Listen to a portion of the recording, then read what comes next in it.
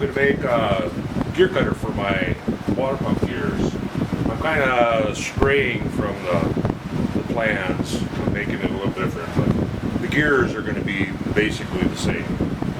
And what I did was I squared up a little piece of stock, and if you can, and I put a couple holes in it, or points in it where my set screw tightens it up in this little holder that I made. I made this quite a while back. I've used it quite a few times now.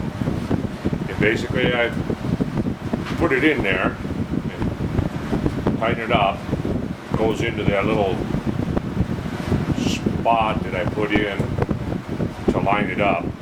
And what that does is keeps it, so when I take it out to heat treat it, I put it back in, it'll go in the same spot. So I tighten that up. This is just a blank. I haven't started anything yet, other than squared the stock up. I put it in this little holder. Then I come over to the lathe, and I put it in a 5C collet, and I'll turn this diameter. I'll turn the OD of this.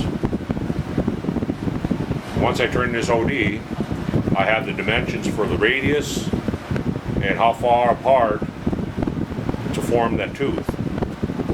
And I will turn the radiuses on both sides, holding the dimension in between them. Once I do that, I take it out of there, just relieve it a little bit, heat treat it, and cut my gear. So we'll give her a shot. Put it in the lathe. Get you zoomed in on the lathe.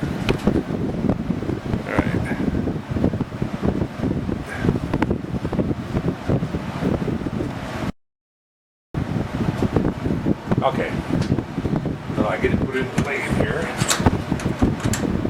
And it doesn't matter what diameter it comes out, it's going to be just fine because those little spot marks that I put in there is going to load it the same every time. So,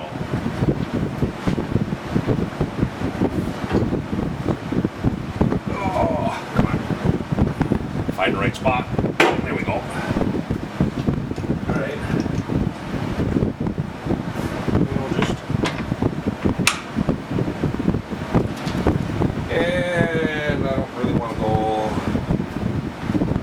Wide open with this. Let's try 800.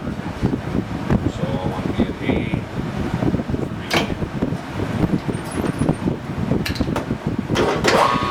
That looks good.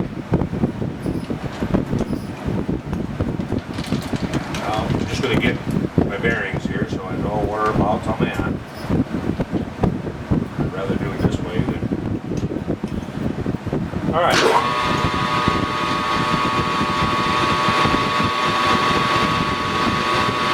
All I'm going to do is just clean it up so the whole face of that blank cleans up.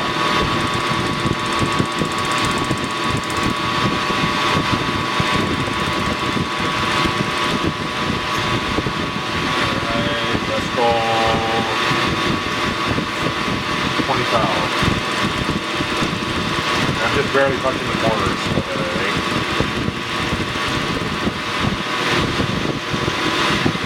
Another 20. Like I say, the diameter of this isn't critical.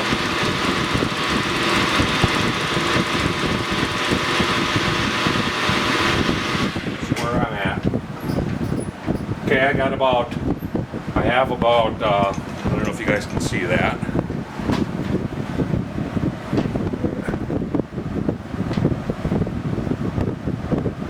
Come on, focus.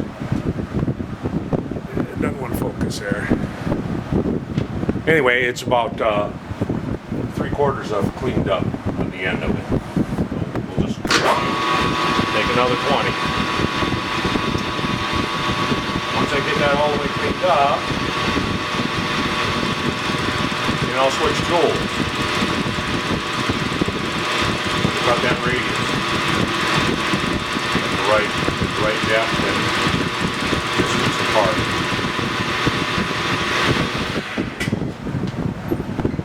And that looks pretty good right there. So now need to grind the tool. I'll have to grind the tool with the correct radius, on the end of it. You know, and it was for this gear cutter. It's a 153 diameter radius, so I'm going to go 156, and that'll give me just a. Well, actually, that's going to give me a little less clearance. So I will attempt to grind it just under that. So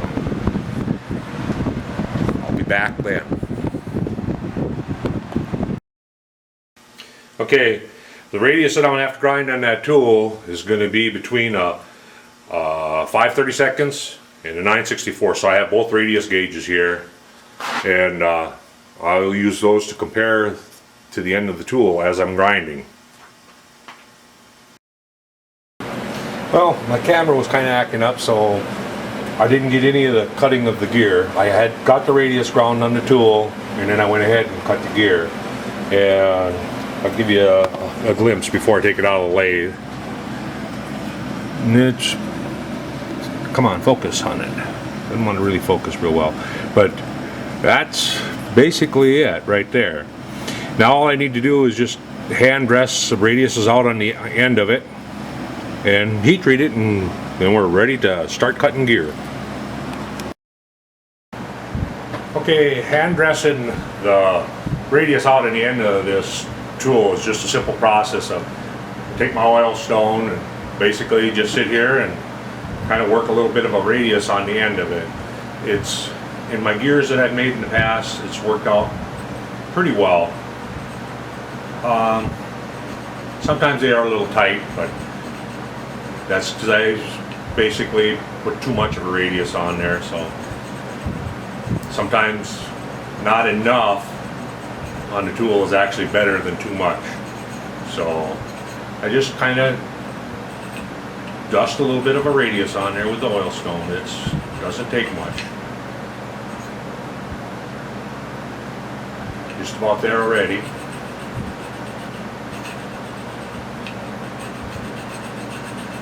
Just a few strokes on each corner is all it takes.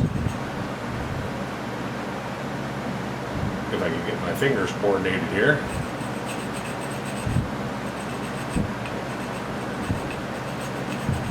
As far as primary and secondary grinding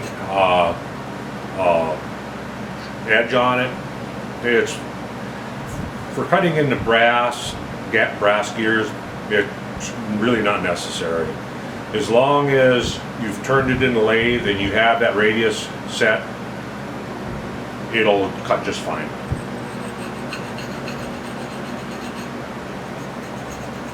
Anyway, I haven't had any problem with it.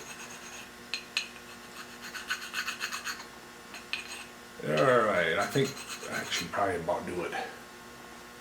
That looks good. My camera doesn't want to focus on that. So now I just basically take it out of this holder, and I will take it out of the holder, and then I will heat it up with cherry red. This is an oil quench, so I will heat it up cherry red, and I will quench it in some oil, and then I'll take it over to my Scotch-Brite buffer and just kind of shine it up so it's silver again, and then I take the torch and just bring it back to a straw or a light gold color, and that way it's not brittle and it'll still cut. And I will be back. Okay, I got it clamped into vice grips, in an old vice grips that I have here that I've used for this over and over. I don't want to use my new one, or a good pair of vice grips, because it's probably ruined it. But I get the torch lit up here. Another place to run quick things. All right.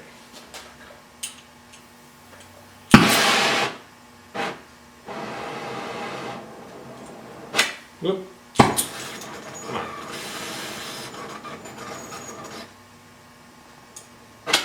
Wow. Sometimes this torch is just a little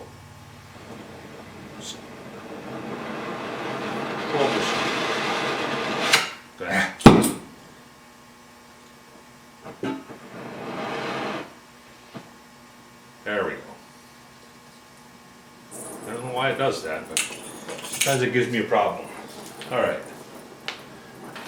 So, I take it and just heat it up until she's cherry red out on the end there.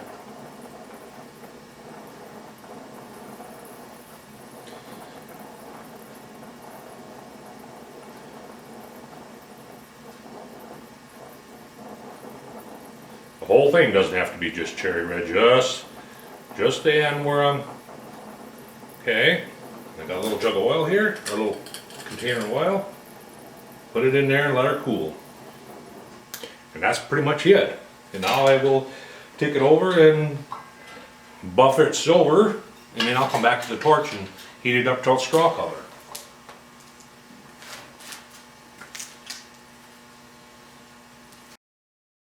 I don't know if you can see it or not, but you can see the color that it kind of turned to after I took it out of the oil and the quench.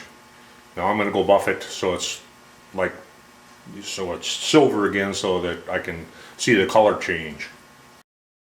Should mention too, it's not necessary to buff the whole thing.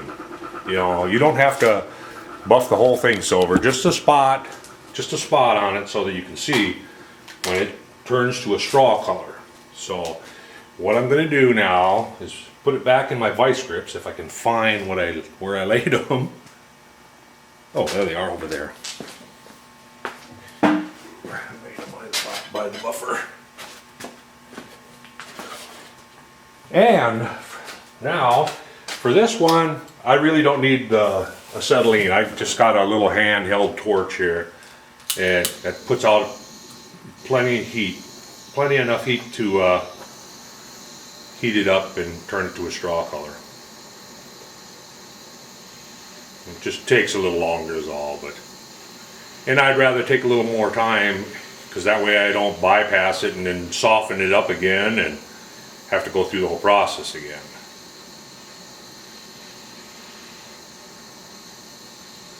It's just about to change right now.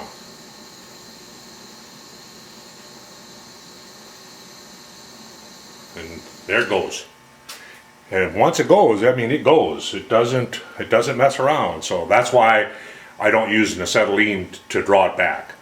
Because if I used an acetylene to draw it back, it would just shoot by that straw color, it'd be cherry red again, and then it would be dead soft.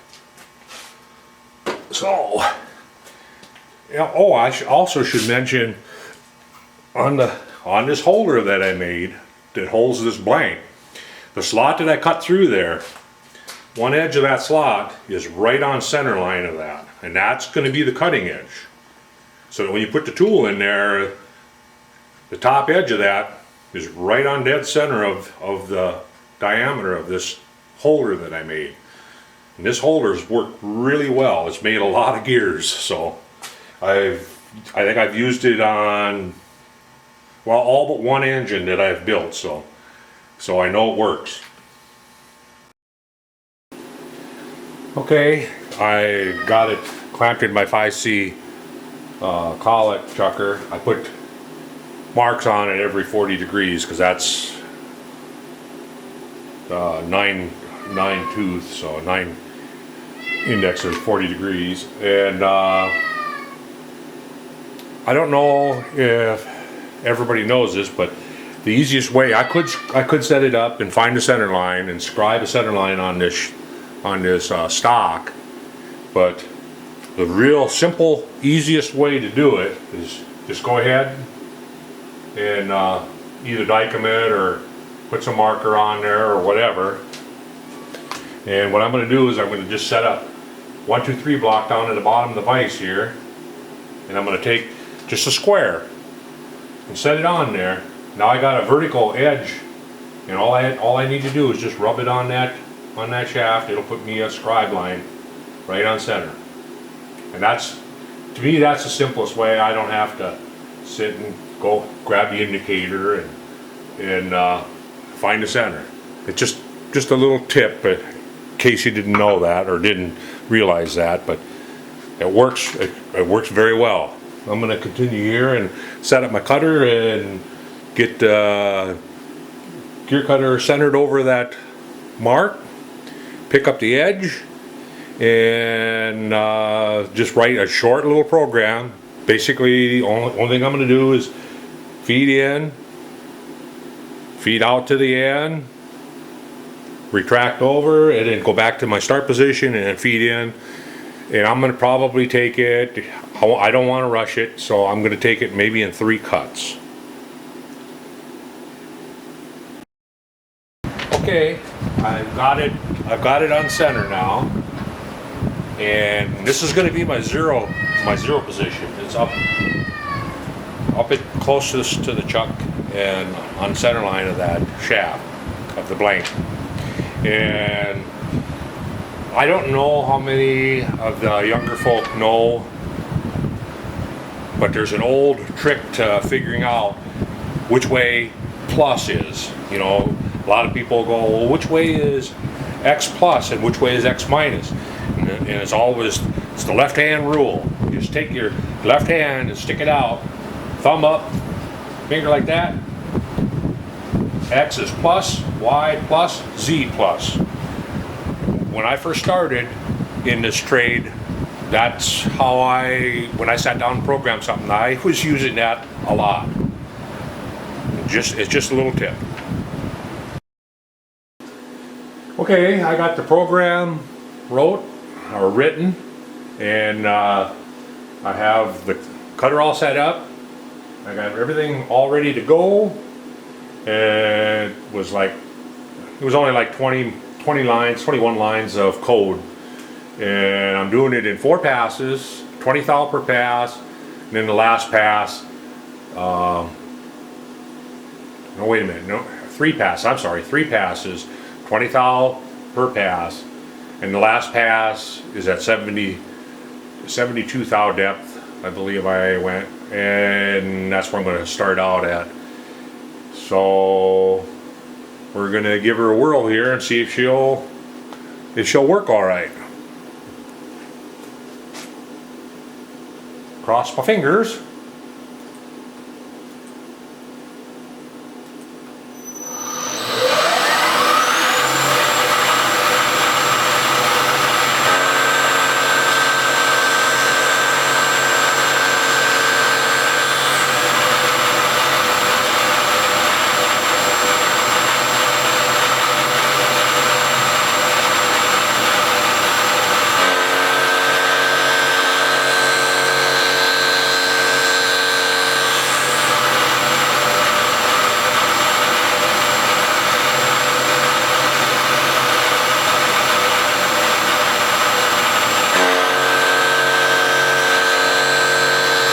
I should probably slow that plunge down a little bit.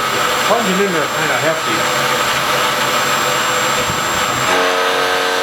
I'm running everything at about, I think I put down 10 inches a minute.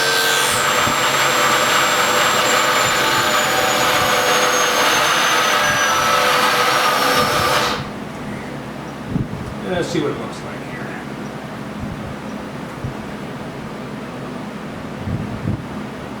Even though it sounded kind of rugged, but it looks good, it looks fine. I'm going to go ahead and I think I will slow that plunge down though. It's only a couple edits here. Let's see. One right there. I think I'm going to divide it in half. Go to 5. That means I will have to put another feed rate down here. Take it back up to 10. And come in here. And pick this back up. 10. Here, and kick this back up to 10.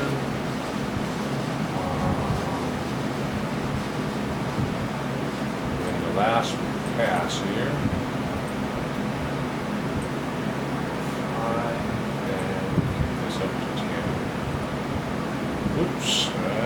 do that.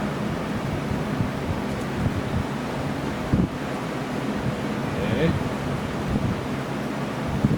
And I'm gonna, looks good.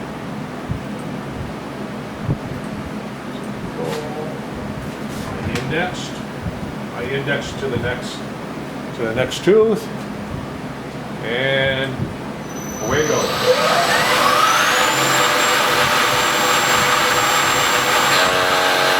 That's a little bit better. Let's see if I can. Whoop! I'll see if I can zoom you in a little bit on it.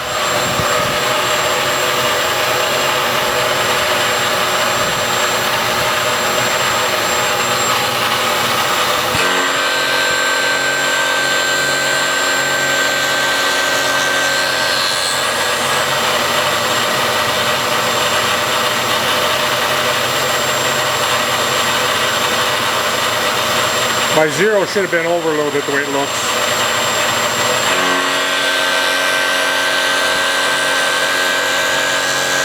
But it'll be okay.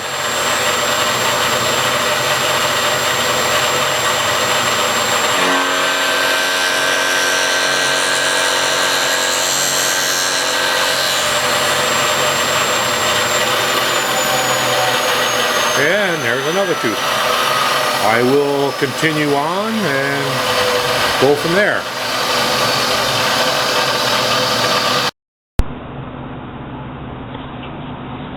Okay, I'm using my other camera now.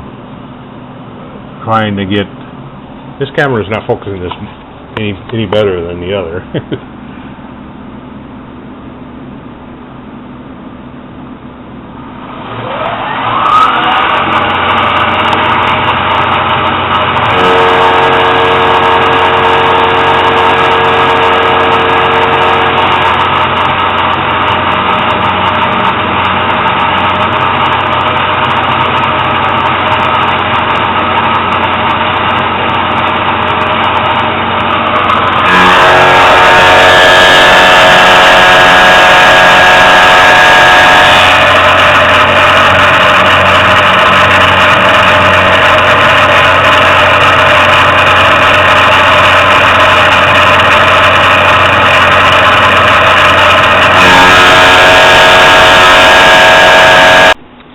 Okay, I am done with it now.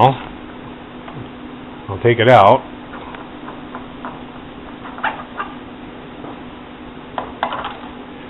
And see if we can get a look at her.